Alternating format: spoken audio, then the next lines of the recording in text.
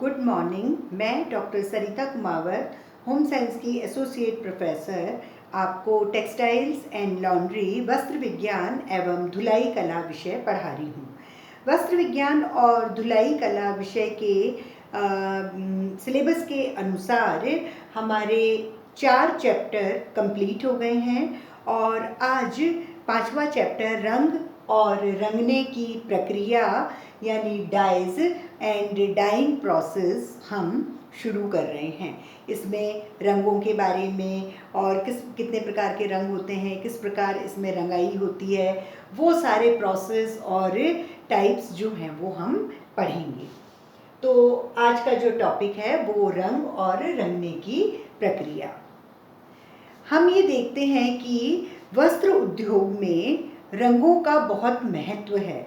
क्यों महत्व है? क्योंकि अगर सिर्फ ब्लैक या वाइट ही कलर के कपड़े होते तो किसी को कोई इंटरेस्ट ही नहीं होता, ना कोई डिज़ाइंस होती, ना कोई कुछ नया होता कि आज किसी ने नया पहना है, कि कोई कलरफुल चीज़ है या नहीं। तो इसलिए वस्त्र उद्योग में बहुत ज़्यादा रंगों का महत्व है।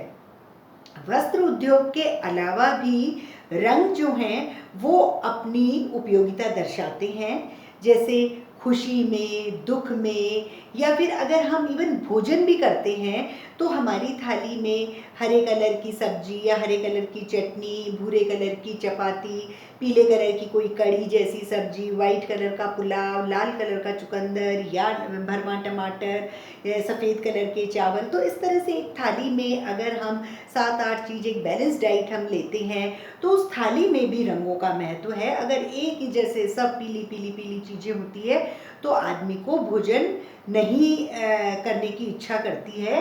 तो रंगों का महत्व जो है सिर्फ वस्त्र विज्ञान में ही नहीं है, हमारे खाने में, भोजन में है, फिर धर्म में है। धर्म में अधिकतर लोग लाल, पीला, ऑरेंज ये कलर पहनते हैं। क्यों? क्योंकि वो खुशी के भी कलर होते हैं और वो धर्म के अनुसार यूँ कहते हैं कि लाल कलर पहन के और पूजा करनी चाहिए। और त्योहारों में अलग अलग त्योहार में अलग अलग कलर के कपड़े पहनते हैं। फिर अलग अलग अवसरों पर कोई बर्थडे पार्टी है तो किस रंग के कपड़े पहनने हैं, शादी पार्टी है तो कैसे चटकीले पहनने। तो रंगने के अलावा मतलब रंग जो हैं वो वस्त्र उद्योग में बहुत महत्व रखते हैं, उसके अलावा धार्मिक महत्व रखते हैं, त्योहारों में महत्व रखते हैं, अवसरों में और भोजन में भी अपना बहुत महत्व रखते हैं। और रंगाई जो है वो भारत में आज से नहीं, बहुत प्राचीन समय से रंगाई का कार्य चलता आ रहा है। पुराने समय में जो रंगरेज रंगाई करते थे वो प्राकृतिक स्रोतों से करते थे।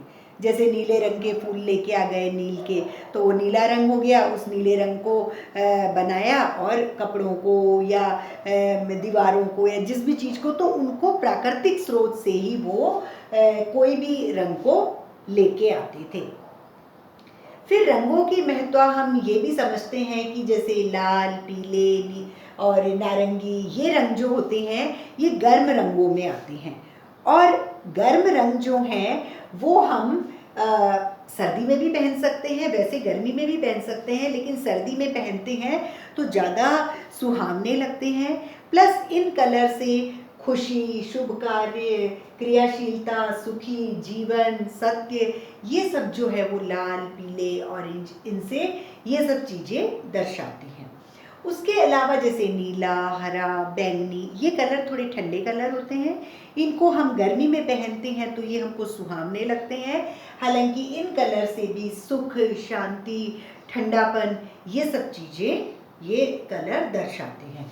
तो इस तरह से रंग जो हैं वो अपनी एक महत्ता रखते हैं, एक इम्पॉर्टेंस रखते हैं। वो वस्त्र उद्योग में भी रखते हैं, वो हमारे जीवन में भी रखते हैं, वो भोजन में भी रखते हैं, धर्म, परिवार, सोसाइटी सभी में रंगों का अपना एक बहुत ही ज़्यादा इम्पॉर्टेंस और अपना एक योगदान होता है। फिर इसमें नेक्स्ट टॉपिक आज हम ले रहे हैं, सब टॉपिक रंगों के प्रकार। रंग जो होते हैं, जो कलर करने के काम में आते हैं, वो रंग की बात कर रहे हैं। तो वो रंग 2 प्रकार के हैं। एक होता है डाइस यानी रंजक, एक होते हैं पिगमेंट यानी वर्णक। दो प्रकार से रंग होते हैं जिनको कि यूज़ करते हैं वस्त्रों को रंगने के लिए। तो पहला जो है रंजक यानी डाइज, ये बहुत महंगे होते हैं, लेकिन ये पानी में घुलनशील होते हैं। इनको पानी में घोल के और पहले वस्त्र को गीला करके फिर इसमें डाला जाता है तो अच्छा रंगा जाता है। उसके अलावा ये चूँकि कपड़ा भी गीला है और इसकी खुद की भी घुलनशीलता की प्रवृत्ति है, तो इसमें ये जो डाई होते हैं, रंजक होते हैं, ये तंतु में भीतर तक प्रवेश कर जाते हैं। और अगर मान लो भीतर तक प्रवेश नहीं किए और सतह पर ही रह गए तो वहाँ कण कण कण कण रह जाते हैं और वो वस्त्र जो है वो कच्चे रंग का हो जाता है और कच्चे रंग की उसमें शिकायत होती है। उसके मतलब अगर पूरी तरह से नहीं घुला तो कच्चा रंग रह जाता है, क्योंकि ऊपर ही वो रह जाता है। और उसके अलावा जो डाइस होते हैं रंजक, वो अलग अलग रेशे की प्रकृति के अनुसार अलग अलग रूप में हम इनको यूज़ करते हैं। फिर ऐसे की ऐसे ही हम देखेंगे कि वर्णक भी एक तरह का रंग है। वर्णक यानी पिगमेंट्स। तो ये जो पिगमेंट्स होते हैं ये घुलनशील हैं, ये अघुलनशील होते हैं, ये घुलते नहीं हैं और अपारदर्शी होते हैं। इनको अगर घोलना है तो कोई मोल्डेंट मतलब जो बंधक तत्व होते हैं उनके साथ उनको मिलाते हैं, बंधक तत्व को, और उसके बाद में हम उसको वस्त्र को उसमें डालते हैं।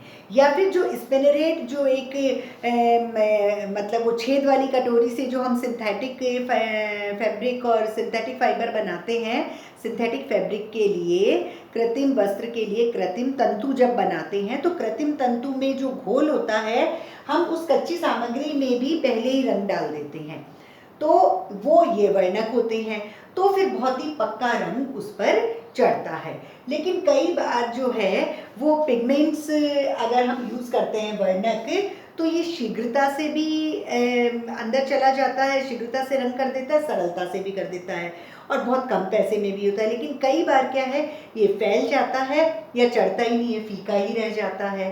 तो ये वर्णक बहुत ही सस्ते होते हैं रंजक की अपेक्षा, और उसके अलावा वर्णक सभी रेशों के लिए उपयोग में आते हैं। जैसे रंजक जो है वो एक पर्टिकुलर एक रेशा है, कपास के लिए कर रहे हैं या सिल्क के लिए या ऊन के लिए, लेकिन जो वर्णक होते हैं वो सभी प्रकार के रेशों के ऊपर हम इनको यूज़ कर सकते हैं। तो इस तरह से ये रंग जो हैं वो दो प्रकार के हैं, एक डाइज यानी रंजक, एक पिगमेंट्स यानी वर्णक।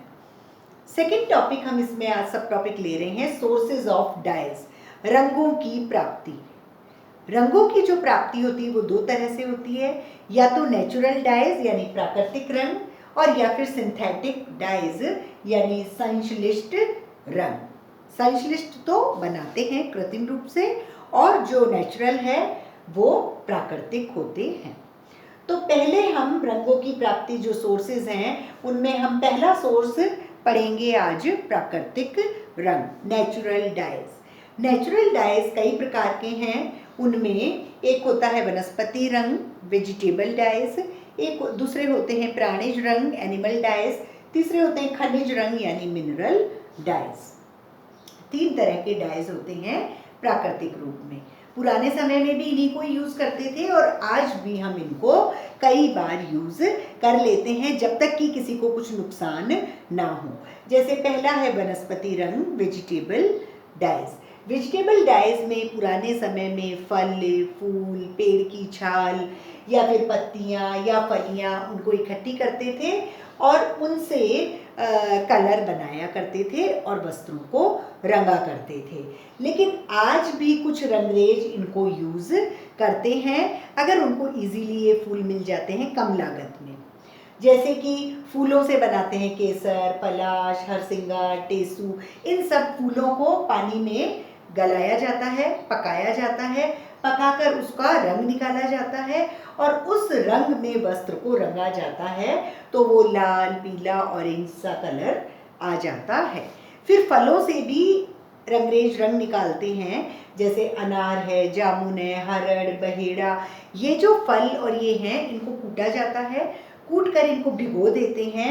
भिगोने के बाद में धीमी आंच पर पकाने के बाद इनमें से रंग निकलता है और वो रंग वस्त्रों पर चढ़ाया जाता है। तो मतलब फूलों से चढ़ाते हैं, फलों से भी निकाल सकते हैं। तीसरा जो है वो जैसे हिमाचल प्रदेश या फिर हम देखते हैं यूपी कश्मीर, वहाँ अखरोट के छिलके यूज़ करते हैं, पेड़ की छालें यूज़ करते हैं या कत्था यूज़ करते हैं। इनको भूरा रंग निकालने के लिए वो लोग यूज़ करते हैं।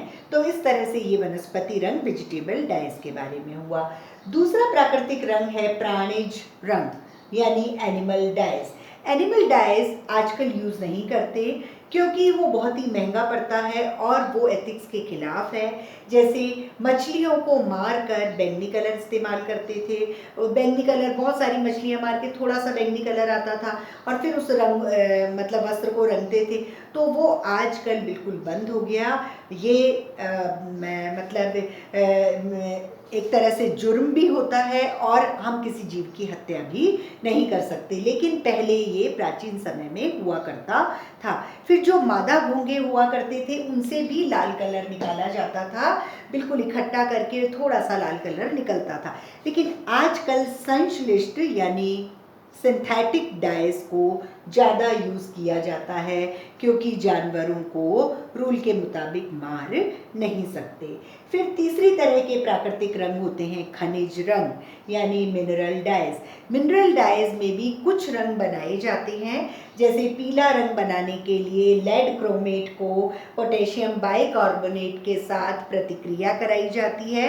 मतलब दो केमिकल मिलाए जाते हैं, लेड क्रोमेट और पोटेशियम बाइक्रोमेट, दोनों की प्रतिक्रिया कराते हैं तो येलो कलर यानी पीला रंग प्राप्त होता है। फिर पर्शियन ब्लू के लिए वो पोटेशियम फेरोसाइनाइड को पानी में भिगो देते हैं, गला देते हैं और फिर उससे पर्शियन ब्लू कलर मिल जाता है, पोटेशियम फेरोसाइनाइड। अगर हमको भूरा या खाकी रंग चाहिए तो फेरस सल्फेट या क्रोमियम सल्फेट उसके घोल में वस्त्र को डुबो देते हैं तो भूरा कलर आ जाता है। और अगर इसके शेड में चेंज चाहिए कि गहरा भूरा, हल्का भूरा, तो आयरन की जो मात्रा है वो कम या ज़्यादा कर देते हैं। आयरन ज़्यादा होगा तो ज़्यादा भूरा कलर होएगा और कम होगा अगर आयरन की मात्रा तो फिर लाइट ब्राउन कलर चढ़ जाएगा। तो इस तरह से जो अभी हमने पढ़ा वो डाइज एंड डाइंग प्रोसेस के बारे में पढ़ा। और डाइज जो हैं वो शुरू से ही हमारे भारत में चलते आ रहे हैं, वस्त्रों को रंगना। और शुरू में नेचुरल डाइज हुआ करते थे लेकिन आजकल सिंथेटिक डाइज हैं और डाइज में रंगों का अपना महत्व है। और रंग कई प्रकार के होते हैं, गर्म रंग होते हैं, ठंडे रंग होते हैं और खुशी के रंग और क्रियाशीलता के रंग होते हैं। फिर हम रंगों के प्रकार में रंजक और वर्णकों के बारे में बात करते हैं। रंजक महंगे होते हैं, घुलनशील होते हैं, लेकिन कुछ ही रेशों पर इनको यूज़ कर सकते हैं। लेकिन जो वर्णक होते हैं वो अघुलनशील है, पारदर्शी होते हैं, इनको किसी बंधक तत्व के साथ यूज़ किया जाता है। और अगर हम इसको यांत्रिक तरीके से करते हैं तो ये ऊपर ऊपर रहता है और बाकी तंतु के अंदर प्रवेश नहीं करता है। और या फिर स्पिंडरेट में जब हम लिक्विड डालते हैं कलर रेशे बनाने के लिए तो हम उसमें कलर पहले ही डाल देते हैं तो वो अच्छे रंग के रेशे निकलते हैं। फिर इसमें नेक्स्ट सोर्सेज ऑफ डाइज। रंगों की प्राप्ति दो तरह से होती है, एक नेचुरल डाइज यानी प्राकृतिक रंग, एक सिंथेटिक डाइज यानी संश्लिष्ट रंग। पहला आज हम पढ़ रहे हैं प्राकृतिक रंग। प्राकृतिक रंग तीन तरह के होते हैं, वेजिटेबल डाइज वनस्पति रंग, एनिमल डाइज प्राणिज रंग और मिनरल डाइज यानी खनिज रंग। जो वनस्पति के रंग हैं वो वनस्पति से प्राप्त होते हैं, फूल, फल, पत्ती, छाल, फलियाँ, इन सबको उबाल के पानी में भिगो के और फिर छान करके वस्त्र पे रंग लगाया जाता है। प्राणिज रंग में मछली, घोंघे, जानवरों से बनाया जाता था लेकिन आजकल ये बैन है, इसको नहीं बनाया जाता। और खनिज रंग जो है वो कुछ खनिजों से प्राप्त होते हैं, जैसे पीला जो है वो लेड क्रोमेट को पोटेशियम बाइकार्बोनेट से क्रिया कराने के बाद बनता है। पर्शियन ब्लू अगर हमको चाहिए तो पोटेशियम फेरोसाइनाइड को भिगो के बनाने से बन जाता है। और भूरा और खाकी रंग फेरस सल्फेट और क्रोमियम सल्फेट के घोल को बनाकर किया जाता है। इसमें आयरन की मात्रा कम ज़्यादा करेंगे तो भूरे रंग के शेड्स कम या ज़्यादा हो सकते हैं। तो इस तरह से ये थोड़ा सा रंगों की प्राप्ति, सोर्सेज ऑफ डाइज और रंग के प्रकार के बारे में था।